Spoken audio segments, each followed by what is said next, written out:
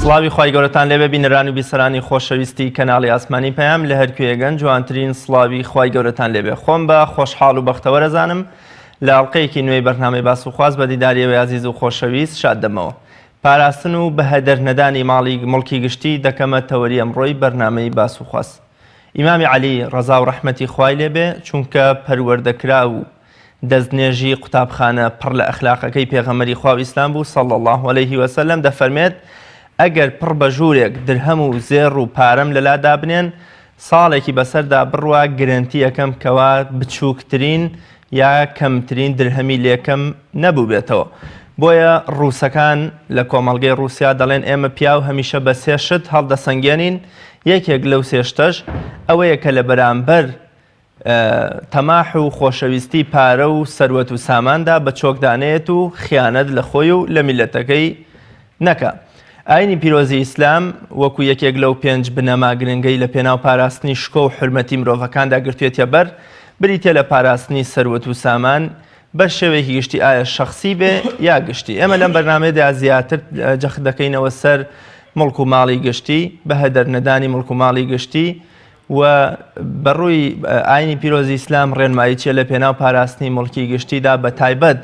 دەسەڵاتدار و بەرپرسەکان لە کۆمەڵگەی موسڵماناندا چ ئەرهێکیان کە بێتە سەرشان کەوا نەبنە هۆی بەهەدەردان و گەندەڵ سەرفکردنی ئەو سەروەت و سامانەی کە قووت و وەکوڵێ بەرهەمی هەموو تاکەکانی کۆمەڵگەیە. بۆ مەبەستە قسەکردن لەسەرم تەوەرە گرنگە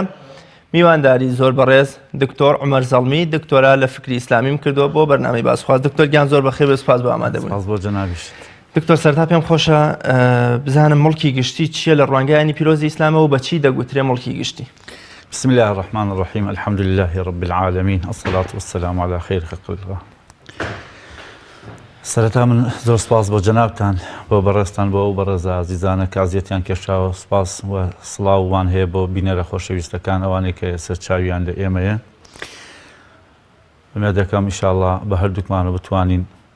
لەم کات و ساتەدا مەڵۆیەک لە گەورەی و لە حکمت و لە بەرهەمی ئیسلام خەینە سەر خەرمانی فکر و معریفەی خۆمان و بینەرە خۆشەویستەکانمان. مڵکی گشتی یا ماڵی خەڵک یا ماڵی فەرد یا هەر تاکێک لەم وڵاتەدا واجبە لەسەر هەمومان پارێزگاری لێ بکەین. ئەوە نییە من عیلاقەم بەسەر ماڵی تۆوە نەبێ تۆش عیلاقە بەسەر ماڵی منەوە نەبێ بەعەکسەوە ئیسلام هاتووە بەوەی هەر هەمومان ببینە تاکێکی چاک تاکێکی باش تۆ بەهۆی منەوە ئیسراحەت بکەی من بەهۆی تۆوە ئەمین بم لە دەوروبەرم. دواتر شتەکە گەورە ئەبێ بۆ خێزان دوای گەورەتر ئەبێ بۆ دەوروبەر و دراوسێ و شار و وڵات هەر هەمووی بەیەکەوە. بۆیە بەڕاستی مڵکەکانی گشتی یا ئەتوان بڵێن ئەملاکی عامە چونکە تەنها یەک مڵک نییە چەنەها مڵکە چەنەها بواری خۆی هەیە ئینسان ناتوانێت تەسەڕفاتی پێوە بکە. بۆ نمونە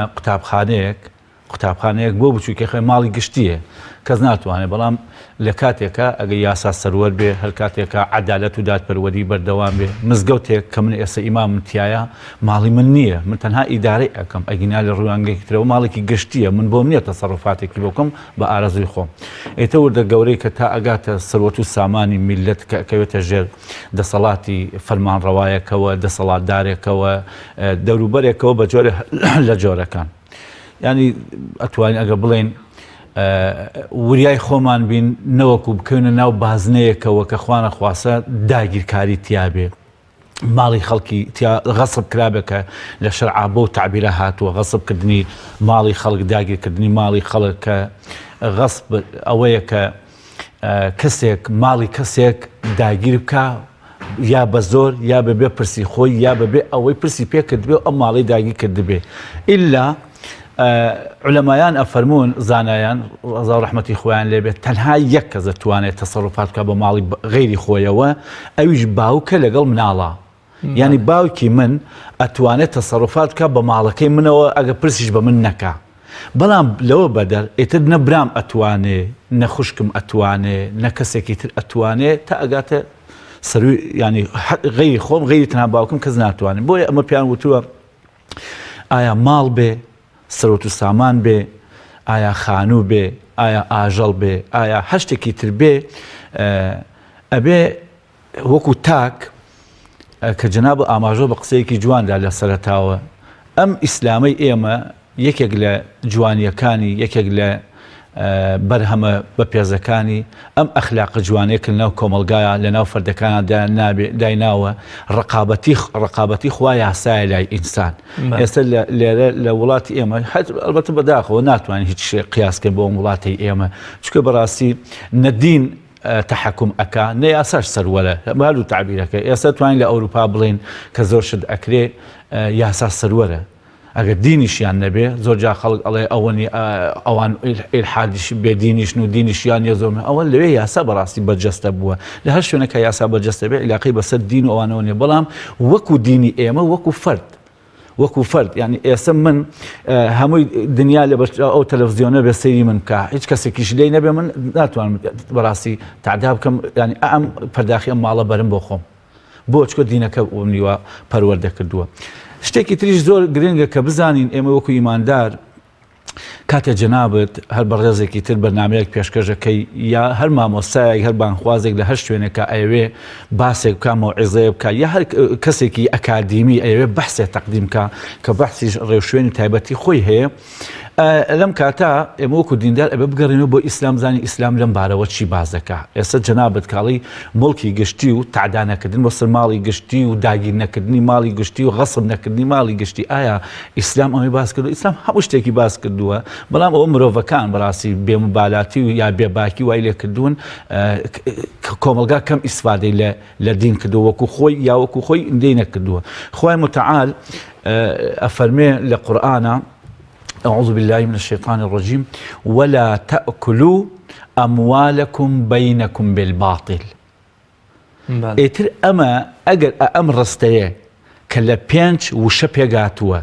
هەر کۆمەلگایەک جێبەجێ بکردە کۆمەلگاکە بەختەوەرە بوو پڕ لە سەعادە دەبوو حتا سێکە کاگە ڕیاض خوا نافەرمێ ولا تأكلوا أموال المؤمنين ولا تأكلوا أموال المسلمين ولا تأكلوا أموال الجار أفرمێ ولا تأكلوا أموالكم ئێمە کۆم ینی بۆ مخاتەبە بۆ ئەو خەڵکەی کە خۆی پڕگەڕ ڕیتەکە بۆ کۆمەلگایە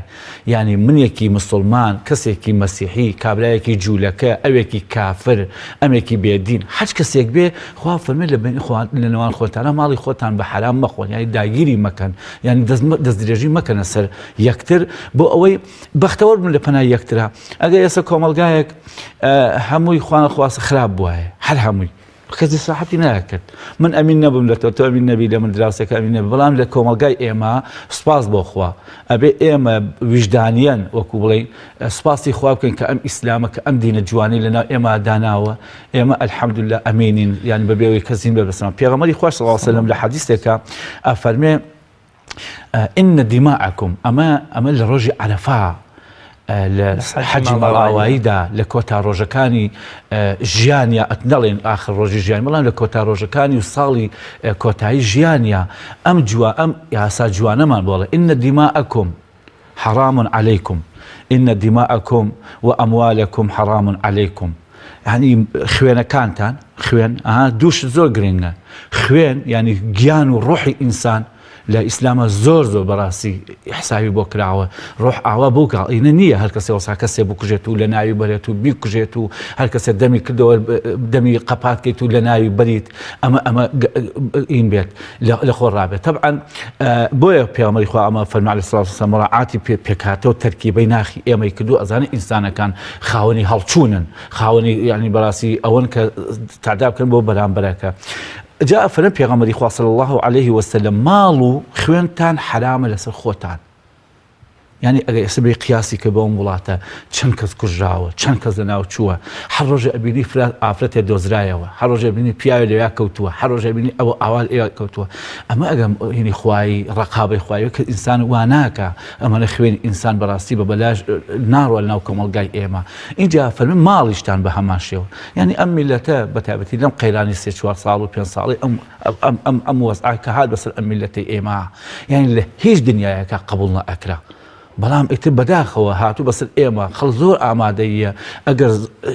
شەق نەبێ ئەگەر زۆر نەبێ ئەگەر بەڕاستی زەخت و فشار نەبێ حەزەکە ئەوەی لە قورگیشتایە دەریبێنێ نێڵێ بەڕاستی بچێتە خوارەوە بۆیە پێغەمبەری خوا ئاگادارمانەکاتەوە ئەفەرمێ ماڵ و خوێن و سەروەت و سامانتان حرامە خۆتان لەسەر خۆتان یعنی نەخوێنی تۆ بۆ من حەڵاڵە نەماڵی تۆ بۆ من حەڵاڵە ئەفەرمێ کە حورمەتی یەومێکم هذا وەکو حرامبوونی ئەم ڕۆژێک ڕۆژی عەرەفە بووە حرامە هەموو خوێن ڕشنێتیایە پێغەمبەر وا ئەفەرمێ عەلەیهی الصلاة والسلام في شهركم هذا لەم مانگا کە مانگی ذی الحیجە بووە کە پێغەمبەری خوا عەلەیهی الصلاة والسلام لەو مانگا حرامە شەڕکردن و خوێن ڕشتن بە هەمان شێوە في بلدكم هذا لەم شارەشا کە شاری مەکەیە کە لە مەکەشە لە کاتی سەفەری حەج و ئانا تا کەروێشکێکیش بکوژی مەمنوع حرامە چ جای خوێنی ئینسان بۆیە پێغەمبەری خوا صلی الله علیه و سلم ئاگادارمان کاتەوە بەم شتە جوانە. دکتۆر ئاینی پیرۆزی ئیسلام زیاتر گرنگی بە مڵکی تاکەکە زەدایان بە مڵکی گشتی زۆر جار لە کۆمەڵگەی خۆماندا ئەوەندەی کە وەکوڵێ فۆکس خراوەتە سەر مڵکی تایبەت من میوەکەی جەنابەت نەخۆم گڵۆپی سەر دەرگاکەت نەشکێنم ئەوەندە بۆ مڵکی گشتی ئەم ڕێنمایی و حەزەرکردنەمان نەبووە بۆ مناڵ و بۆ کەسوکارمان حتا زۆرجا قسەیەکێ دەڵێ بڕۆ زۆر ئاساییە بە گڵۆپی پارکێ بشکێنرێ یان مێزێ لە قوتابخانە بشکێنرێ وەکو وایە مووێک لە ئەو ئاژەڵە بکرێتەوە بۆچی تا ئێستا ئێمە بە چاوی مڵکی تایبەتیەوە سەری مڵکی گشتیشمان نەکرێت ئاینی پیرۆزی ئیسلام زیاتر گرنگی بە کامیانەدا. بەڵێ هەردوو شتەکان ضرورن خۆی من کاتێک کە ئینسان بە وردی تێئەفکرێ لە ئاەتەکانی خوا لە حکمەکان و بڕیارەکانی خۆی گەورە هیچ شتێکی بەبێ حکمت باز نەکردو خوای متعال ینی شتێک نابینی کە خوای پەروەردگار باسی کردبێت و ضرورەتی حیات نەبێ لە مەساڵحی ئینسان نەبێ لە قازانجی ئینسان نەبێ حتا تۆ ئێستا کۆمەڵێ فەیلسوف کۆمەڵێ مفەکر لە عالەما هەن بە توولی تاریخ ینی هەر لە زمانی حەمورابیەوە بیگرەوە تا ئێستا و ئەم زمانی پێشتر وەکو وەڵێن ساتەر و نازانم فیکۆ و نازانم کێو ئەم هەموو عالمانە کە من ناویان نازانم و ناوەکانیان زۆرن ئێستا جاری وایە جەنابە کتێبێکیان خوێنیتەوە ئەڵەی فڵانە کەس قسەیەکی زۆر جوانی هەیە حتا بۆ نمونە لەوانەیە من و تۆ زۆر جار متەئەسیر بووبین بە هەندێک مفەکری ئیسلامی بەندە ینی جەناب وەکو مەسەلەن کاک ئەحمەدی نوریزادە مەسەلەن من لەوانەیە بە کاک ناسری سوبحانی مەسەلەن کەسێکی بە کەسێکی تر ئێمە ناتوانین بڵێن ئەوەی کاک ئەحمەد وتوێتی هەمووی تەواوە ناتوانین بڵێن ئەوەی کاک ناسری سوبحانی فەرموویەتی حتى غلطی نەکردووە بەڵام ینی بۆ نمونە لەوانەیە جەناب لە مەجلیسێکا بڵێ کاک ناسر قسەیەکی زۆر جوانی هەیە یەکێکی تر ئەڵێ مامۆستا فڵان سەید قوتب قسەیەکی جوانی هەیە یەکێکی تر ئەڵێ مامۆستا فڵانە کەس قسەیەکی جوانی هەیە بەس ناتوانین بڵێ خوا قسەیەکی جوانی هەیە بۆچکە هەرچی قسەی خوایە جوانە هەرچی فەرمایشتی خوایە جوانە ئەتوانی بڵێ ئەم ئاەتێکەیە لە قورئانە وا ئەڵێ بۆ ئەم شتە بەس ناتوانین بڵێ ئەم ئاەتە مهمترە تا ئاەتەکەی تر ئەم ئاەتە ئاوایە و ڕاسترە تا ئاەتەکەی تر ئێستا ئەڵێن فڵان کەس پێکاتیان لێ بکەن جا بۆیە ئەڵێم هەر شتێک دانراوە لە ئیسلاما بێ حکمت نییە چونکە خالقی ئێمە بەدیهێنەرێکی ئێمە ئەم بەرنامەی بۆ ئێمە داناوە بۆ مەساڵحی ئێمە هاتووە لە وەختێکە جای وا هەیە ضرورەت وا ئەکا مافێکی تاک بەسەر تاکەوە ینی ضرورتر تا مافی عام جاری وایە مافە عامەکە ضرورتە ینی بە پێی شوێن و کات و مەوقعەکە و شتەکە ئەگۆڕێ بۆ نمونە لەو کاتا کە مەکتەبێک لە شوێنێکە خەستەخانەیەک بەداخەوە کە زوو کاتی خۆی ئەم شتانە باز دەکرا من لە شوێنێک بووم ساڵێکیان پیاوێک لە دایرەیەک یەکێ لە قارەمانەتەکانی زمانی شۆڕشیە گێڕایەوە یعنی بۆ کۆمەڵێ مەسئولی گەورە لە وڵاتی خۆمانە بەداخەوە کە ئەوەی کە ئیگەڕایە مامۆستای ئاینیش بوو بە شانازیەوە ئیگەڕایەوەت فڵانە کەس هات سوبحانڵڵا دوێنێ و پێرێک کە ئەو هەواڵە بڕاو بوویەوە لە شاری سلێمانیا عینیشتم پێش چاوکەوتەوە وتی ئێمە کاتی خۆی کاک فڵانەکە هات باسی مەسئولێکی گەورەیە کە زمانی بەعسا هات ڕێک مەعاشەکەی ئەوقافی برد کاکە ئیتر زۆر مهم بوو هات ناومان و معاشکەی بردی بۆ پێشمەگە خۆبەخشەکان لە سەنگەرەکان و بۆ شۆڕش یعنی ئەمەی بە مەردایەتی گەڕایە هەر بە هەمان شێوە دوێنێ کۆمەڵێ مەسەلەن ئەم شتانە ڕوو ئەدا ئەمە نەبوونی ئەو پەروەردەیە نەبوونی ئەو تەربیە نەبوونی ئەو مراقەبە خوایە ئەگینا بەپێی شوێن بۆ شوێنێک ئەگۆڕێ جاری وایە مەسەلەن موسڵمانێک بەڕێزێک خەریکە لە برسا بمرێ بەس نانی نییە یان نەخۆشە وەکو هەموو نەخۆشانە کە هەن گۆچی لێ نەماوە تووشی نەخۆشی سەرەتان بووە ئایدز بووە کەسێک کە هیچی نییە لەو کاتا بۆ من بۆ جەنابەت بۆ خێرخوازێک ضرور لە گشتێکە ئەمە یعنی ئەتوانێت یارمەتی مزگەوت نەدا ئەم بانەمرێ لە خۆشیەکە ئەگەر بە پارەکەی ئەم چاک بێتەوە ینی ئەمە لەو بابەتە جاری وایە مزگەوتێ ضرورە جاری وا هەیە مەسەن خەستەخانەیە ضرورە جاری وا هەیە جادەیەک ئێتر ئیلا ئاخری ئەو هەموو مەشاریعانە هەن لەناو کوردەواری ینی مەبەستم وەڵامی جەنابەت بەپێی وەخت و مەکانەکەی و جاری وا هەیە مافی تاک ئەو ئەولەویاتی هەیە جاری وای مافی عامەکە بەڵامی تر مافە عامەکە بە ئینسانی مسلمان وریای خۆی بێ ئاگاداری خۆی بێ بەداخەوە لێرە لەوێکە ئەڵێن ئەگەر تۆ هەرچێ بکەی لەم حکومەتە اعتیادیە و ئەمە حەڵاڵە و ئەمە بە هیچ شێوازە حەڵاڵ نییە ئەوەش ئەو پارەیە کە دوێنێ کە بردیان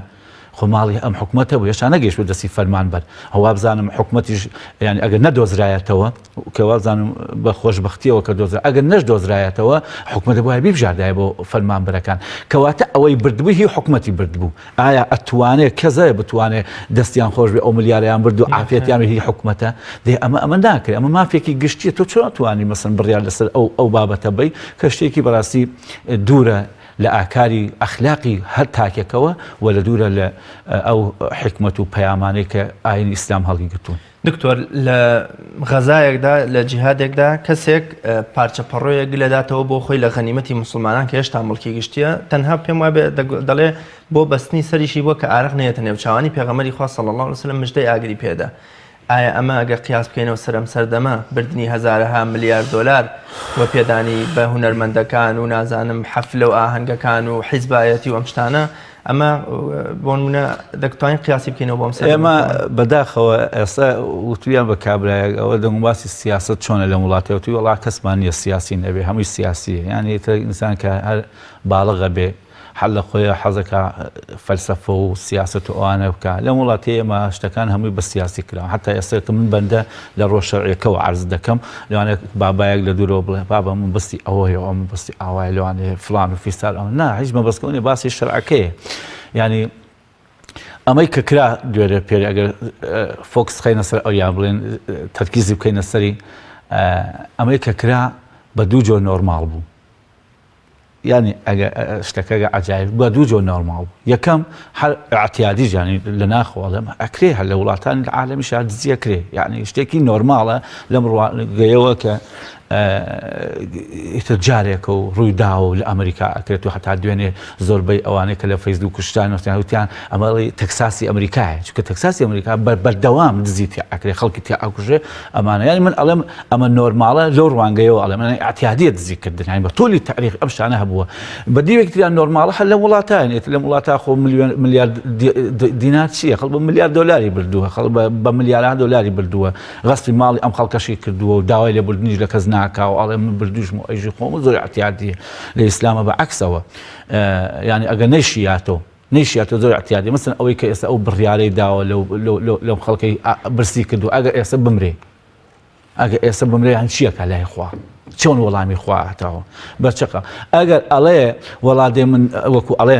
ئەڵێن من ناچار بووم بۆ من ئەکرا ئەمان ئایا ماڵ و مناڵی خۆی ناچار بوو ئایا ئەم خەڵکە ناچارە ئایا سەفتە دۆلارەکان کە ئەیدا بە هەدیە بە خەڵک بە سەد دەفتەر کە ئەدرا بە خەڵک بە هەدیە و بۆ فڵانە حیزب بوو بۆ فڵان و فیستار ئایا ئەمە ناچاری بوو تۆ بڵێ بێ 200,000 ئێمە من سێ خادم هەیە لە مزگەوتەکان وازان هەر 300 700,000 هەیە یا 800,000 بە سێ یعنی سێ ئایلەن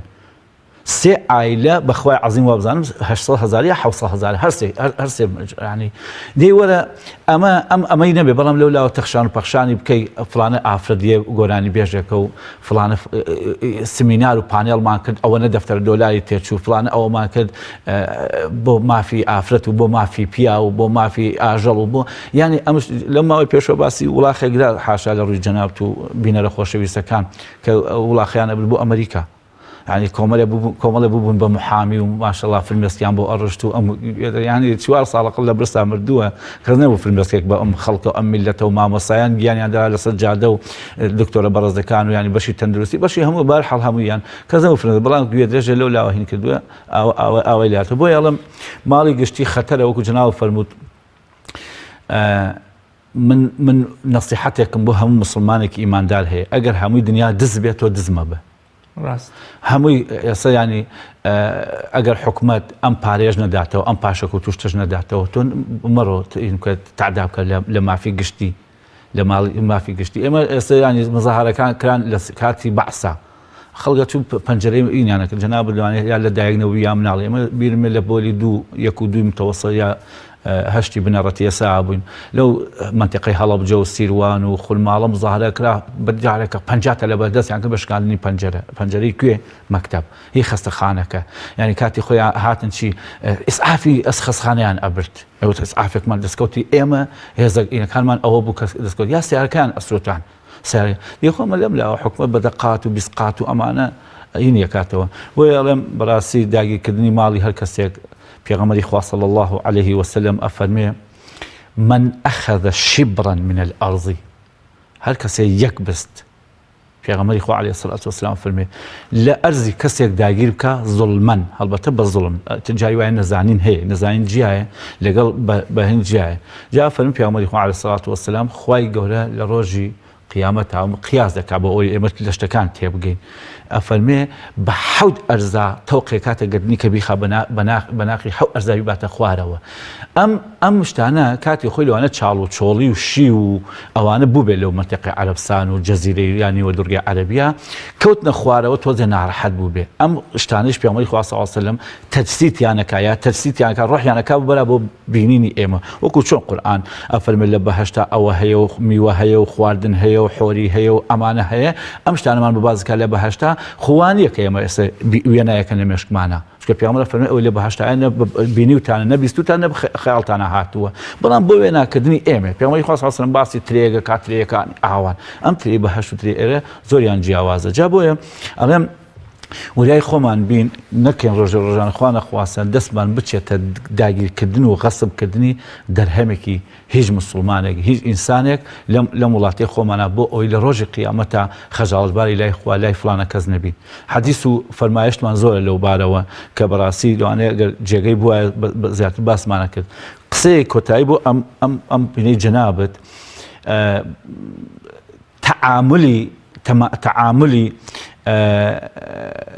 عیباداتی عفو تعاملی ئینسانیەتی ڕۆژانە دەرخەری تعاملی عیبادەتی ناختە يعني أجر إيما أم إسلامك هاتوا بما كأفرمي إن الصلاة تنهى عن الفحشاء والمنكر خذ من أموالهم صدقة تطهرهم وتزكيهم أو إيك لحاجة أجرته أجروانك أخوي يقولوك أو إليكاتو أما هاتوا بو تربية كدني باكنوي ناخي إيما أجر إيما أعوابين براسي أتوانين بخومان بلين مسلمان كإستفادة من لو عبادتك الوكوات التعاملي عباداتی تعاملی نیشانه درستی عباداتی شعائریه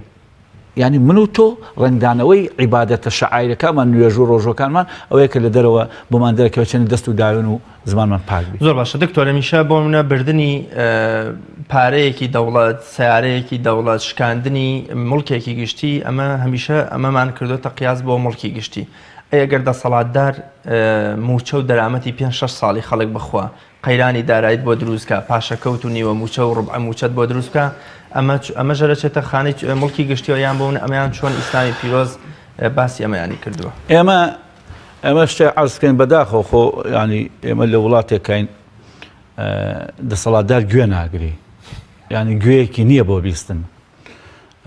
ئەگینا وەکو ئەڵێن بە کوڵاوی و بە برژاوی و بە سوورۆکراوی و نازانم بە هەموو جۆرێک داوە بە گوێیانە مامۆستایانی ئاینی لە مزگەوتە هەموو شتانیان باس کردووە طبعا لێرە لەوێ قسە ئەکرێ ئەڵێ مامۆستایانی ئاینی باتەوەی نەسیحەتی ستەمکاران بکەن نەسیحەتی مەزڵومەکانەکەن دێ من چی بکەم کە ستەمکار نایە دابنیشێ ینی گوێم بۆ بگرێت دێ خۆمە ئەگە بشم بڵێ ئەمە پێغەمبەری خوا ئیمامی عومەر نیە ئیستیعلاماتی هەبێ نەحەرەسی هەبێت و نەمانە بەخوا پیاوێکی لای ئێمە پیاوێکی ڕیشسپی بوو تقریبا وفاتی کرد خوا عەفوی کایە وستی 11 ساڵێک ئینێکم نووسیوە عەریزە بۆ ئەوەی فڵانە گەورە ببینم سەرۆکی حیزبەکەم ببینن توخوا هەر نەبینی وفاتی کرد و سەرۆکەی نەبینی ئێستا من لەکوێ ئەتوانم بگەمە ئەوێ دەست بکەم ئەوان اینجا گوێژ ناگرن ناخۆ زۆر جا مامۆستایانی ئاینی ئەتوانین بڵێن لە مەجلیسەکانیانە لەوانەیە بیریان خستبنەوە ئەمە گوناهە و ئەمە ستەمە ئەمە ئەوە ئەسا لەم وڵاتەی ئێمە کاتێک کە ئەم ستەمی پاشەکەوتە یا ئەم سیستەمە پاشەکەوتیان کە هێنا بەسەر خەڵکە نەیانتوانی بۆ خەڵکی ڕوونکەنەوە یعنی نەهاتن تعاملێک گەڵ خەڵکا بکەن لە چین و توێژەکان بکەن بۆ نمونە ئەو نازانم 15 وەزارەتە یا 18 وەزارەتە هەرچەنێکی هەیە کۆمەڵێکی چاگەێنم نەک وەزیرەکان کۆمەڵی خەڵکی باش ڕاوێژکاریێنم لەو شوێنە بۆ نمونە 5 دکتۆر 5 مەلا عالم بەڵام نەک لەو مەلا و عالمشتانە کە هەر عایبی خۆی بن وەکو ئێستا کە ئێستا بەداخەوە کە ئەکریانێ 1000 شت بکرێ کەسێکی تر دەرەوەی خۆی ناکرێت ئەمەیەکە لە نەگبەتەکانی ئەم میلەتەی ئێمە بیهێنایە بیوتە وەزعەکەم ئاوایە بیوتە وەزعەکەم ئاوایە من پارەم نییە من ئەوەم نییە من ئەوەم نییە من ئەوەم نییە و مەجبورم ئەمە بکەم ئێوە چی ئەڵێن با ئەو کاتە شتەکەی بە قووەتر بووایە ناو خەڵکە بەڵام لەبەرەوەی کە ناشەفافە هیچ کەس باوەڕیان پێ ناکە يعني خۆزگە ڕاستیان بکردایە بۆەوەی میلەتی ژین بێ بەڵام لەوانەیە غێری هەندێ ئەشهەدو بیلای ناحەق و ئەوانە کە هەر بە ڕەش و سپی هەر ئەڵێن ئەشهەدو بیلا هەر بە یەک چاوسێکەکەن خەڵکی تر باوەڕ بۆمە ناکە بۆ چونکە بەڕاستی سەیری کردار ئەکا و سەیری داها دەکا و لەم لاوە خۆی ئەڵێ من ئەوەنە نەو دەفرۆشم ئەم 4 ساڵە بەلایکەم هەموو ڕۆژێ 500,000 فرۆشتووە 400,000 فرۆشتووە حتا پارەش کەم بووایە هەر ئەیتوانی ئەوە بکات داهاتی دقات بەرز کردووەتەوە وەکو باج و غەرام و ئەمانە لەسەر خەڵک اینجا خەڵک ئەزانەی کە شتەکە هەیە لەم لاوە هاتۆ بۆ نمونە ئەم شتە پێغەمبەری خوا صلی الله عليه وسلم لە فەرمایشتێکی شیرینی زۆر بە جوانی باسی مەحسوبیەت و منسوبیەت دەکا ئەفەرمێ پێغەمبەری خوا صلی الله عليه وسلم یەکێ لە نەکبەتیەکانی میلەتی ئەمە هەر ئەوە نییە کە ئەم باجە خراوەتە ئەم سیستەمە خراوەتە سەر ئەم خەڵکە هی ئەو هەموو خەڵکەیە کە تاعین کراوە بە ناحەق هەو ئەو خەڵکەیە کە بەڕاستی بەندیوارە اینجا خەباتی نەکردووە پێشمەرگایەتی نەکردووە ئەوەی نەکردو نەبابە ئەسڵەن دوێنێ نازانم چەندێ ژمارەکە ڕاست بێ خستخانەی شار 400 قەرێوەڵەی پێڵەن 400 قەرێوەڵی دێ ئەڵێن 1600 کارمەندی هەیە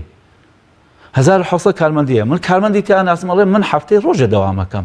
ئەمە لەکوێ دنیا هەیە ینی موظف فەرمانبەر هەبێ هەفتەی ڕۆژە دەوام بکە مانگی 4 ڕۆژ ینی مانگی 4 ڕۆژ هەیە ئەڵێ ڕۆژینە من برادێکم هەیە ئەڵێ ڕەفیقێکم هەیە لە فلانە دائێرە بەخوا 15 ڕۆژ جارێگە ڕوا هەر مۆزەفی شەو شەهادار ئەم بندیوان نییە تا بڵێن بەجۆرە لە جۆرەکان ئەمە ماڵی ئەم میلەتێک کردەوە بۆیە پێغەمبەری خوا صلی الله عليه وسلم باسی ئەم مەحسوبیەت و منسوب ئەفەرمێ مستەقبەلە ینی 1400 ئەوەنە ساڵە پێغەمبەری خوا باسی مستەقبەلی هەموو کۆمەلگایەکەکە لە ڕووی اقتصادەوە لە ڕووی تەوزیفکردنی کارەکانەوە ناو کۆمەلگا پێغەمبەری خوا صلی الله عليه وسلم فەرمێ مەترسیدارترین و ترسناکترین چارەنووسی هەر کۆمەلگایەک ئەوەیە غەسپەکان یعنی داگیرکردنەکان ماڵ نییە یعنی ماڵی من و تۆ بێت حتا معاشە نییە ئەفەرمێ ئەوەیە کە مەحسوبیەت و منسوبیەت هەبێت لە تەعینکردنە محسوبیەت و منسوبیەت هەیە ئێستا جاری وایە ئەڵێن فڵانە سەرۆکی زانکۆ شەهادەکەی ئاوا بوو فڵانە ئاوا بوو ئەم گەندەڵ بوو شەهادەی نەبوو لەو لاوە دەیان و سەدان و هەزارها ئینسانی متەکامل ئینسانی بەڕێز ئینسانی خاوەن پسپۆڕی خاوەن ئینەوەی بەس لەبەرەوەی کە جەماعەتی ئەو نییە نایکە بە هیچ شتێک هیچ ئینێکی ناتێ لەو لاوە کەسێکی تری هێنێ کە بە کەڵکی ئەوە نایە دیتر هەر وڵات داوای لە دەرەچێ وڵات داوای دەچێ من شتێکم نووسی جارێکیان لە فەیسبووکە باسی فڵانە هین ئەکرێت و بۆ ئەم میلەتە ئێمە ئاوا ئەبێتۆمانە وتم کەسێک ئەتوانێ خەباتکە بۆ ئەم میلەتەکە چی بێتە مەنسەبەکەەوە بە تەزویر نەچووبی یعنی کاتێ من ئەتوانم خزمەت بکەم کە بە تەزویر نەچووبم کاتێ من ئەتوانم مەلایەتی گەڕێکێک بکەم کە مەلایەتیم خوێندبێ ئەگینا مەلایەتیم خوێندبێ بەڕاستی زەرەکەم زیاتر جا بۆیە پێغەمبەری خوا صلی الله عليه وسلم ئەفەرمێ هەر کەسێک ئەمە وەکو عەرزم کە بەداخەوە ئێستا لەم کەناڵی جەنابتانەوە کە لە سلێوانێک کابرای لە ئەوروپای بۆ گرتبین بڵێ پاڵخۆمانە کەس گوێ ناگری یعنی ئەوەی کە دەسەڵاتی نەک هەر بۆ جەنابتان بەڵام بۆ لەوانێ لەگەڵ جەناب تا بینی خۆش نەبێ بەس بۆ کەسی تر گوێ ناگرێ حد نەکەی گوێ بۆی خۆشی ناگری چکە خۆی زۆر بە مستەغنیە زانێ لە هین پێغەمبەری خوا عەلەیهی سەڵات وەسەلام ئەفەرمێ هەر کەسێک بە مەحسوبیەت و منسوبیەت دانرا ئەوە خیانەتی لە خوا کردووە حەدیثی صحیحی پێغەمبەرە خیانەتی لە خوا و پێغەمبەری خوا کردووە لە ڕۆژی قیامەتا باجی ئەمە ئەدا باجی ئەمە ئەدا ئەم غەسبەکە هەیە لە وڵاتی ئەمە غەسب چەنەها جۆرمان هەیە کاک ڕیاس غەسبی ئەم هەموو زەوی و زارەکە داگیر کراوە لەم وڵاتە یعنی سەدام حوسێن بۆ زاڵمیە خۆی بۆ ستەمکاریە خۆی لە سلێمانیا چی هەبوو کام شوێنەی هەبوو کام vێلای هەبوو اینجا هاتوون وڵاتی خەڵکیشان دەمکوت کردووە یعنی ئەحزابیشان دەمکوت کردووە خەڵکیشان دەمکوت کردووە ناوەڵا ئێستا بڵێ فڵانە حیزب هەولێری فرۆشت کێ بڵێ بۆی فرۆشی هیچ هەر بڵێ هەولێر و دهۆک و فڵانەکە سلێمانی فرۆشت ئەمڕۆ سلێمانیان دا بە 100,000 تمەن دایان بە 100,000 دلار دایان بە 100,000 لیرە دایان بە کێ هەیە بڵێ مە فرۆشە هیچ گیانی کەس چونکە ڕقابە خوایەکە نییە هەموو کەسی ئازادە هەرچیەکە بیکە یانێکە ئەم مەحسوبیەت و منسوبیەتە وەکو ئەرزم کردن لە هەموو کایەکانی ژیانە مەسەن دەنگی یاوەتەوە کابرا مەسەن لە 63 ساڵە ئەبێ تەقاعد بێت چۆتە 75 واز نایەنێ چۆتە 80 ساڵ هەرواز نایەنێ لەبەرەوەی کە فڵان کوڕی فڵان و فیسار و ئەلەم بابەتانێ کەسێکی تر خۆی نەقڵکاتەوە بۆ شوێنی کرد غەسبی ئەمە ینی داگیرکردنی ماڵ و سەروەت و سامانی ئەم میلەتە کام قلەو هەیە کە داگیر نەکرابێ پێغەمبەری خوا صلی الله عليه وسلم ئەفەرمێ ئەوەی کە ماڵی خەڵکێکی داگیر ئەو ماڵی گشتیە یعنی ئەوەی کە هەر قولەیەکی داگیر کردبێ ئیلا اللهم تۆ ئەرزێکت هەیە لە شوێنەکە تاپۆی خۆتە فرۆشتوتە کابرای کردوتی بە خان و بە هەر حاڵ ئەمە تۆ ماڵی خۆتە و نۆشی گیانت بێ بەڵام ئەوی تر کە کڕێتێکە بە هین بێ بە معاژەوانە کڕێ نازانم خۆ جەنابەت لەوانەیە معاشێتە هەبێ ئەوە 100,000 50,000 ئەوژێگە بەر تەقلیسات و شت نەکەوی و هین بێ کەسێکی تر من بۆ دەسم ناکەوێت مۆزەفێکی تر بۆ دەستی ناکەوێت ئەو هەموو قلە و ئینانە داگیر کراون سەدان بەنزیخانە ماوە هی حکومەت بێ یەک بەنزیخانە هی حکومەت بێ بەنزیخانەیان بڕۆ سەیری کە مەسەلەن هەرچی مەطعمی گەورە هەیە لەم وڵاتە هەرچی بەنزیخانە هەرچی بزنس هەیە هەرچی ینی ئەو کۆمپانیا گەورانە هەیە هی کێ ینی ئەڵێ کەتی تایبەت بەسەری خۆیەتی ناوی ناوە کەتێکی ئەوە ئەمانە بەڕاستی وڵاتیانە ئێستا بۆچی لە بازار مۆنۆپۆل کراوە داهیکراوە بۆ کۆمەڵێک کە ئەو کۆمەڵانەش کاتێ ئەزانی هەر یەکەیان خێتەکەیە بەسراوەتەوە بە فڵانە کۆمپانیاوەکە هی فڵانە کەسێ تا ئەگاتە ڕۆن تا ئەگاتە برنج تا ئەگاتە پاقلەمەنیەکان هەمووی مەسەن مۆنۆپۆل کراوە کەمێکی نەبێ کەس ناتوانێت ئەوەی کە ئەمە بۆکو ئەرزووەمانە جاری وایە غەسبی داگیرکردنی ماڵێکی کەسێک غائبە ینی تۆ سەفەرێک کردوانە چووی بۆ ئەوروپا هات تۆ ماڵەکە داگیر کراوە ئەمە خەتەرە ئەمە مەترسەیە بۆ سەر ئەم کۆمەلگای یا کەسێکی تر هەر وەکو چۆن بەڕاستی داگیرکردنی بەشی مێینە لەناو کوردەواری ئێمە ئەم باسی دەسەڵاتوانە باسی من و تۆی مەسەلەن من باوکم ئەمرێ فڵان کەس باوکی ئەمرێ کاتی ئەزانی خوشکەکە هیچ بەشی نییە ئەی کچی لێ وڵا براکە داگیری کردووە ئەی بابە بۆش بەشی نایە ئێ بابە شووی کردووە هازانێ ئەگەر شووی کردت تەواو تۆ بۆچی ئەم میراتی بۆ مناڵەکان ئێوش مناڵی هەیە یعنی بۆیە ئەبێ لێرە وابزانم بە خۆشبەختیەوە مامۆسایەکی بەڕێز چەند بەرنامەیەکی بوو لەسەر ئەو میراتە خۆزگە خەڵکگوێی لێ بگرتای بۆی بزانێت کە چەنێ عقوبەی داگیرکردنی میراتی خەتەرە بۆ سەر پیاوان کاتێک کە بەشی خوشکەکانیان یا پورەکانیان یا هەر کەسێکی نادەن مەسەن وەکو سەر باسم کرد غەسبکردن داگیرکردنی وەزیفەکان و دەستگاکان و مؤسساتەکان لەناو کۆمەلگای ئێمە زۆرن بە هەر حاڵ ئەگەر باسییان بکەیت توانی بڵێ ئەمە زمانی پێغەمبەر صلی الله عليه وسلم خەڵک شەڕەکە ئێستا لەسەر پۆست یعنی هیچیشی لە باران نییە باوەڕ بێ نازانێت هیچ بکە یعنی شتێکی وای شارەزایەکی نییە بەداخەوە بەڵام داوا ئەکا ئەڵێ بمکەن بە وەزیر بمکەن بە پارلەمانتار بمکەن بەوە با من بێ ینی ناو حیزبەکانە منافەسەیە لەسەر CV ئەو جۆرە شتانە بڵاو ئەکەنەوە من زۆر عەجایبم زۆر مهمم لەسەر ئەم شتانە بەڵام 28 ساڵە واژ نەبوو یعنی ئەگەر شتەکە بە عام باسکەی ئەبوزەڕی غەفاریمان هەیە یەکێکە لەو پیاوانەی کاتێک کە ئیمانیێنێ یەکسەری ئەعلانی ئیسلامەتی ئەکا کە پێغەمبەری خوا صلی الله علیه و سلم لە ماڵەوەیە پێغەمبەر ئەعلانی نەکردو ئەم ئەعلانی ئەکا یەتە بازاڕ و خەڵکینە من مسلمان بووم ئەمانە ئەوەنەی لێدەن لوتی ئەشکێ ئەوەنە دە چاوی خوێنی یەتە دەڕۆی گوێچکەی فڵان لێکرد دەم و چاوێکی عەجایب حەقی پێی بڵێ سپایەتی و ئەسمەریەتی بە دەم و چاوێنە مەهم پڕ بوو لە خوێن کاتێ یەنەوە بەلای پێغەمبەری صلی الله علیه و سلم ئەبوزەڕ وای لێ هات ئەبوزەڕ خۆی پیاوێکی زۆر زەعیفیش بووە لە سیرا هاتووە پیاوێکی زەعیفی ئەوانە ئەبوزەڕی غەفاری ئەم پیاوە کە یەکێکە لە قارەمانەکانی شۆڕش ئەگەر بە تعبیری ئەمڕۆ ڕاست بێ یەکێک لەو پیاوانە کە خەباتی ژێرزەمینی کردووە خەباتی شاخی کردووە خەباتی کردووە کاتێ سەدانی وەکو ئەبوو لەهەب و ئەبوو جەهەل و ئەبوو سوفیان دژایەتیان کردو ئەم بەم تاڵە ئێسقانەوە چڵە ئێسقانەوە هاتووە وەکو شاخ ڕاوەسەوە بەرامبەر ئەوان یعنی کوڕی شاخ بووە کاتێ چنە مەدینە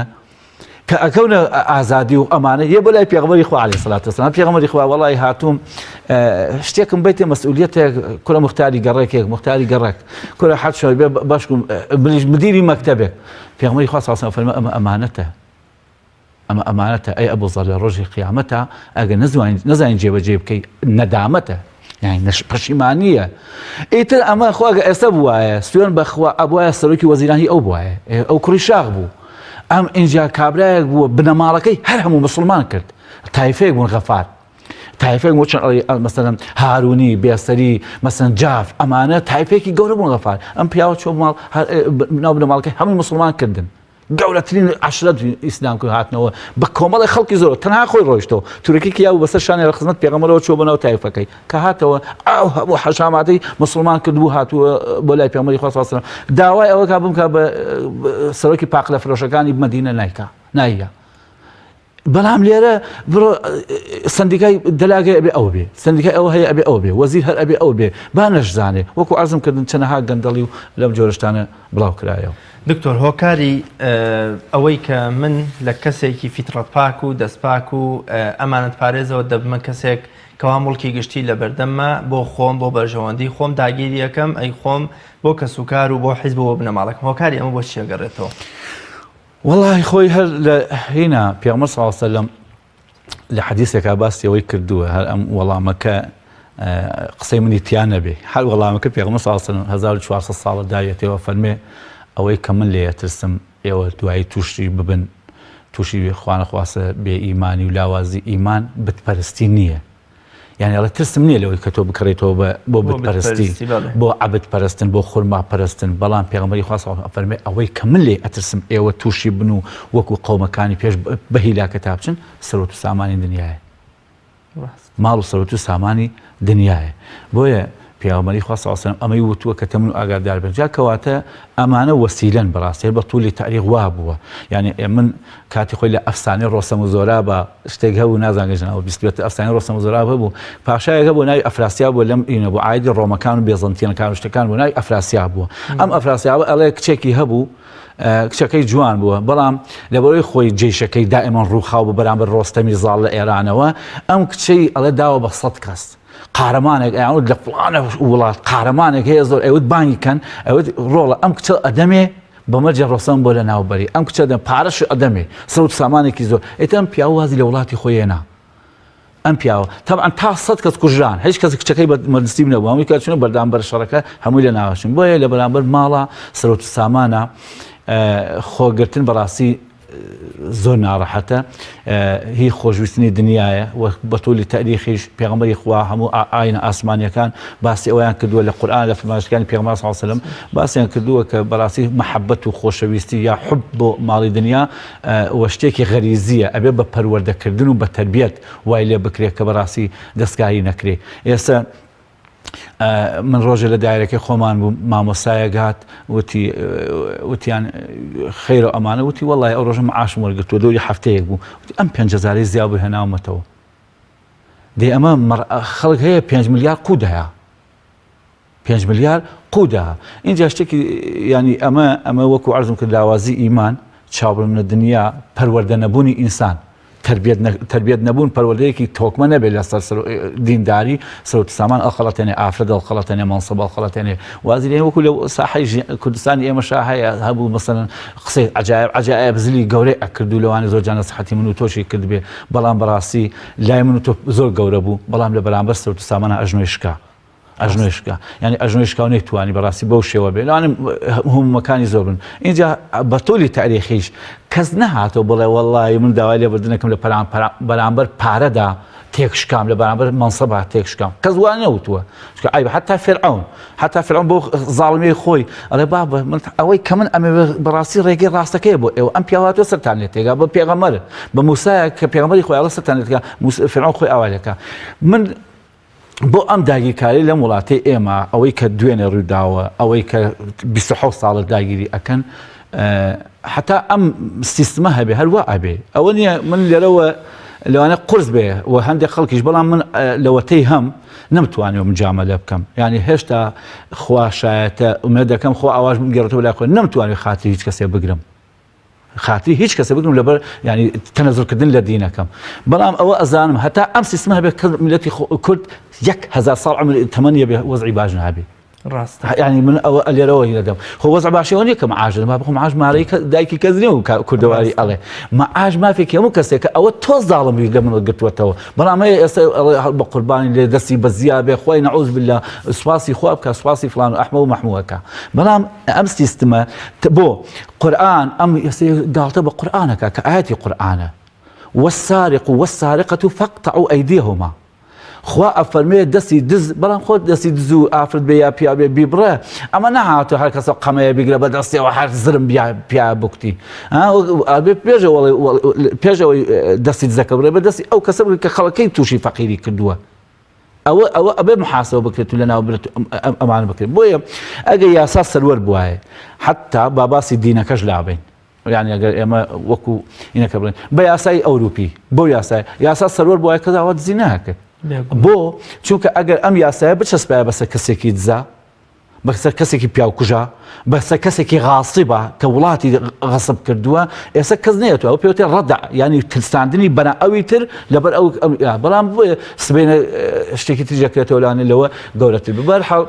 ئەوە عەرزی بەڕێز دەکەم کە ماڵ و سەروەت و سامان شتێکە لەو شتانە بوون کە بەتولی تاریخ خەڵکیان پێ خەڵەتێنراوە خۆی گەورە پەنامان بە هەر وای لێ کردووە جاری وا هەیە ئەوەنەی خەڵک بە فەقیری لە ئیمتیحانی خواییە دەرەچێ بە دەوڵەمەنی دەرناچێت دکتۆر دەرەنجام و شوێنەوارە خراپەکانی خواردن و بەهەدەردانی مڵکی گشتی لەسەر کۆمەڵگە لەسەر خێزان لەسەر تاک چییە چ دەرەنجام و چ شوێنەوارێکی خراپ جێهێڵێ هەر پرسیارەکە جوانە بۆ عەفوو پرسیارەکە جوانە وەکو ئەتەکێتی بەرنامە و شتەکەی خۆت کە باسیەکەی ناوا بزان وەڵامەکەی ڕوونە ینی شوێنەواری ئەم هەموو گەندەڵی و ئەم هەموو خراپە و ئەم هەموو مافی خەڵخواردنە لەسەر کۆمەلگا ئەوە باجەکەی کە ئێمە ئەمڕۆ هەومان ئەین 5 ملیۆن ئینسان باجەکەی ئەتوانێت بڵێن کۆمەڵی لەم 5 ملیۆنە لەوانێ سوودمەند بووبوون بەو شێوەیە بەڵام وەکو لە پێشەوە باسم کردن کە خراپترین وەزە ئەوەیە کە مەحسوبیەت منسوبیەت هاتە ناو کۆمەلگاوە وای لێت ینی مامۆستایەکی بەڕێز باسی دەرزیەکە کە کۆمەڵێک هێناویانە دەرزی دەرمان هیچ سەیدەلی ئەوانە حەبوو ئەوانە هێناویانە وتوێتی بە کابرایەک با بڕوا لەناو خەڵکا بفرۆشە وتیتی با بە تۆ ئامادەی بی لە مناڵەکەی خۆت وتی نەوەڵڵا وتیت ئێ با بە چۆن عینەکەی ئەگەر کەسێک تەربیەت ئەگەر یاسا هەبوایە ئەگەر ئەوە سەدان شتی ئاوە مەسەن لەم وڵاتە بە خۆشبەختیەوە لەم دووسێ ڕۆژە هەندێک شتمان بیست خۆ ناڵێن بەڕاستی هەموو شتەکە کاول بووە دنیا وێرانەیەکە ئەمە نا بەڵام شتی چاکی ژێ بۆ وەکو لیژنەکانی قایمەتی هەولێر و سلێمانی کە بەڕاستی لیژانیان دروست کردووە بۆ ئەوەی شت گران نەبێ بەڵام من لێرەوە داوا لە هاوڵاتیانی بەڕێز دەکەم داوا لە مسلمانان ئەەکەم لەم وڵاتە لە هاوڵاتیان بەعام و مسلمان بە تایبەتی داوایان لێ یەکەم ینی وەسائیلی ینی هۆکاری گەندەڵبوونی ئەم میلەتە خۆمانین ئەگەر ئێستا من و تۆ لە بازاڕە مەعاشمان وەرگرت و نەنشین بۆ بازار هەرچی شتە بیکڕین شتەکان گران نابێ پیاوێک ئەچێ بۆ بازار زمانی گرانی زەمان زوو ئەکۆڵەن عیام قەدیم ئەچێ بۆ بازار گرانیە بێ ئەچێتە دوکانێک سێرێکا کابرا دەوری دەفەردە یا دەشەبەکە پەتاتەی ماوە لە دوکانێکە پەتاتە ئەم پیاوەش خۆت ئاسایی وەکو پیاوێک وەکو بەڕێز ساڵح ئەبێ ئەچێ ئەڵێ ئاتخا خاڵە یان 2 کیلۆ پەتاتەم بەرێ ئەڵێ 2 کیلۆ ئەلێ دێ خاڵە خۆ خەڵیە بە شەبەکەی کڕێت تۆ 2 کیلۆ چۆن وتی ئاخر ئەگە هەموو کەس 2 کیلۆ بکڕیا شت گران نابوو ڕاست حاڵی بووی ئەگەر هەموو کەسێک 2 کیلۆی بکڕایە ئێستا ئەم لەباتی ئەم دەفەردە دەشەبەکەی تۆ ئێستا 200 فەر شەبەکە ئین لێرە ئابوو ئەگەر ئێمە بەڕێزم ئەگەر ینی خۆمان گرانی ئەەکەین ینی بۆ ئەبێ بچینە بازار وای لێ بکەین لەو بازارە هەرچی شتە بەس بە یەکجار بکڕینەوە ئەمە شەو گوێم لە قسەیەکی مامۆستایەکی بەڕێز بوو تۆ با بە هەر شتێکات بەخێڵتا مەیکڕە بۆ نمونە ئەتەوێت تاقمێ پەرداغ بکرێ ئێ با بە هەفتەیە بووەسە ئەگە دوای هەفتەکەش هەر مکڕبی لەسەر اینجا بڕۆ بەڵام زانم دوای هەفتەکە سار دەبیت ئەڵێ وەڵا کۆ باش بوو نەمکڕی بۆ چیمە 2 فەردە برنج و بۆ چیە 3 فەردە برنج لەم وڵاتە ئەو بکرێ لە ئێمە خۆمان ئەتوانین تۆڵە لە ئەو پیسخۆرانە بسەینەوە ئەو پیسخۆرانە کە یانەوێ وڵاتمان لە بازاڕە لە بازارە بۆ شوێنەوەی خەرینەکە ئێستا لەم هەمومان بیستمان کەناڵەکان جەنابشتانەوەزانم نیشاندا لە بەرازیل هێلکەیان گران کرد خەڵ هێلکەی نەکڕی یعنی سێ ئەم موقیفە جوانە لە بەرازیل بوو نازانن چی وڵاتێک بزەبن نازانم هێلکە گران بوو هاتن هەرچی بزنسەکان و کۆمپانیای هێلکە هاورەکان بوو بە وڵات هێلکەیان گران کرد و لەناو خەڵکی ژاتن کۆبوونەوە وتیان یەک کەس هێلکە نەکڕێت دوای هەفتەیەک مەسن تەبەق هێلکەیان دابوو بە 4000 بۆ نمونە ئینا لێ وڵات پارەکان چۆنە کە گرانیان کردویان بە 5-6,000 بۆیان بە 7,000 خەڵک هێلکەی نەکردیان خەری و ئەکسپایرە بودیان بە 2,000 هەموو شتەکان ئاوان ئێمە خۆمان ئەوەتوانی ئاوا بکەین ئێمە بەخوا میلەت هەموو شتێک دەتوانێت بکات بەڵام ئەگەر میلەتێکی وریابێ ئەم هیندستانە کە داگیرێکە لای بەریتانیەکان لایەن بەریتانیەکانەوە بۆ چۆن بەریتانیا دەرئەکرێ خۆ بەجێشی هین نەبوو هندی داما حەد نەیتوانێت سلاحیشی وایە نەزانی بتەقێنێ یا ورێ لەزە بەس هاتن کابرایەکی عاقڵیان تیا بوو وتی با بە شتیان معاملەیان لەگەڵا مەکەن شتیان پێ مەفرۆشن ئێتر کە شتیان پێ نەفرۆشتن وردە خەریبوو نەیانزانی چۆن بکەن مەسەن لەوانەیە وەسایلەکان وەکو ئەمڕۆ نەبوو بە تەیارەیەکسە بگاتە ئێرە و بەپەلە و ئەمانە توانێت گەڕاونەتەوە بۆیە ئێمە ئاساوارەکە شوێنەواری بەڕاستی داگیرکردن زۆر لەسەر وڵاتی ئێمە ئێستاەوە بەهارە خەڵکی دامان بۆ کوێ بڕوە کوێ ماوە بڕوە دەرەوە هەناسەیەک بە یعنی شوێنێک نەماوە کە بەڕاستی تەلبەن نەکرابێ وەکو مەسەڵ جاوتراوەتەوە بەڵام خۆ گوێیەک وەکوتم گوێیەک نییە بۆ بیستنی ئەم شتانە ئەمە بەهارە ئەمە لەو وەکو بەهارە بۆ دەرەوە هەمووی داگیر کراوە کەس ناتوانێت ئیسراحەتێکی لێ بکە لەم لاوە بازارەکە مۆنۆپۆل کراوە ینی کەسێکی دامایی بەدبەخت لێرە لێەوە یەک لە بازارە ئیشێکی دەست ناکەوێت لەم لاوە پارەکەی داگیر کردو لەم لاشە بازارەکەی داگیر کردووە ئێمە خۆمان ئەتوانی وریابین و خۆمان ژیر بین خۆمان عاقڵانە بیرکەینەوە ینی مافی یەکتر جێبەجێ بکەین پیاگێ بەسەر سیارێکی پێ لەو ناوەڕاستی جادا ڕایەگرێ ینی ئێمە سەقافەتمان کەمە ئەهلی مزگەوتیشە ینی ڕۆژە پیاگەیت 18 سیارم بینیوە لە فلکەیە کا ئیزدیحامی دروست بوو نەک لەناو بازارە لە گەڕێکێکە 18 سیارەکەم برادێک سیارەکەی ناوەڕاستی جادەکە ڕاگرت و یەک هۆڕین لێدانە کە خەڵکاتۆ دەرەوە دوای سەرەکەم کاکەم لە مزگەوت هاتەوتمە با ئەم سیار بۆ ڕاگرتی وڵات ڕۆشتم نوێژم کردووە بۆی فریا جەماعەت کەوم یعنی سێ ئەم عەقڵە دین نەتوانێت تایمی من تۆ با سیارەکەش دکتۆر من ئەگەر ماڵێکی جەنابتم خواردوێ لە ڕابردووە یا ماڵەکەت بۆ گێڕمەوە یا داوای گردن ئازایی لەکەم یا لە بەرامبەرەوە بەردەوام دوعات بۆکەم تا خوای گەورە بۆ کۆڵێ پاداشی تۆ زیاد کا و لە گوناهی من بسرێتەوە مڵکی گشتی بەچی ئەگەڕدرێتەوە لە کاتێکە هی حیزبێک بۆ لەوە چ حیزبەکە هەڵبەشابێ حکوومەتەکە ڕووخابێ سەرۆکەکەی مردوێ سەیەکێکی تر بێ مڵکی گشتی چۆنی ئەبێ بگەڕدرێتەوە یاکێ تۆبەی لێ بکەن بەڵێ وەڵی خۆی مڵکە گشتێکە وەکو پێم وتی وڵاتی ئێمە نە یاسا هەیە نە ڕقابەی خوایی هەیە ئەوەش کە دەسەڵاتی هەیە ئەوە کە دەسەڵاتی هەیە بۆ شێوە ئەمەی نییە ینی ئەگەر دینداریش بێ ئەگەر ئەهلی قیبلەش بێ وادابنێن گریمان بەڵام ئەوەنە احتیمام بە ڕقابەتی خوایی نادا بەڵام لە کولە واجبە هەر کەسێ ماڵی هەر کەسێکی داگیر کرد ئیتر حیزبە ئیتر حکوومەتە ئیتر فڵانە فیسارە نائومێد بین لەوەی کە تۆ بە تەمامی ئەم دەسەڵاتە بێ مافی گشتی بیارێتەوە بۆ خەڵک ئەمە خۆ خەڵەتاندنە ینی شوێنێکی داگیر کردبێ بینایەکی داگیر کردبێ خۆی نازانێ ئەم سلێمانیە نازان پار بوو وەزیری تەربیە وتی پێویستمان بە 5,000 مەکتەبە شتێکی وای فەرموو ئەگەر ژمارەکەش وانە بێ بەهەرحاڵ 50 مەکتەبیش بێ وادارە سلێمان پێویستی بە 50 مەکتەب چەند بینا داگیر کراون هەیە حکوومەتی پێشوو دێ ئەمە ئەبوایە بیان گەڕانە بۆ ئەم میلەتە بیان کردای بە پرۆژێ بۆ خەڵک بیان کردای بە پرۆژێ بۆ باخچێ ساوایان بۆ باخچی ساوان بۆ کەم ئەندامەکان بۆ فڵانەکان بۆ فیسارەکان بۆ ئەو هەموو خەڵکە کە مافی گشتی بەڵام کابرا اینی کردو بۆیە بێ ئەمە وەکو دەسەڵات بیگەڕێتەوە بۆ نمونە حکوومەت ئەم پاشەکەوتەی خستووە واجبە لەسەری وەکو هین بیگەڕێتەوە بۆ خەڵکە اینجا ئەتوانێت لای خوا بەرقەرار بێ وەکو من و تۆش بە دوو شت ئەبێ یا پێغەمبەر صلی الله علیه و سلم فەرمێ یا ماڵەکە بگەڕێرەوە یا ئەبێ گردنی خۆتی پێ ئازاب بکەی ئیتر ئەوە نەبێ ناتوانین ئێمە لەوە زیاترین زۆر سپاس بۆ بەڕێز دکتۆر عومەر زەڵمی دکتۆر لە فکری ئیسلامی کە میوانی ئەمڕۆی بەرنامەکەم بوویت دکتۆرگیان زۆر سپاس بۆ جەنابیشتیان بینەرانی بەڕێز خۆشەویست سپاس بۆ ئێوەی عەزیزیش تا بە یەکگەشتنەوەی تر لە پەنای خوا دابن هەر شاد و سەرکەوتوو بن خواتان لەگەڵ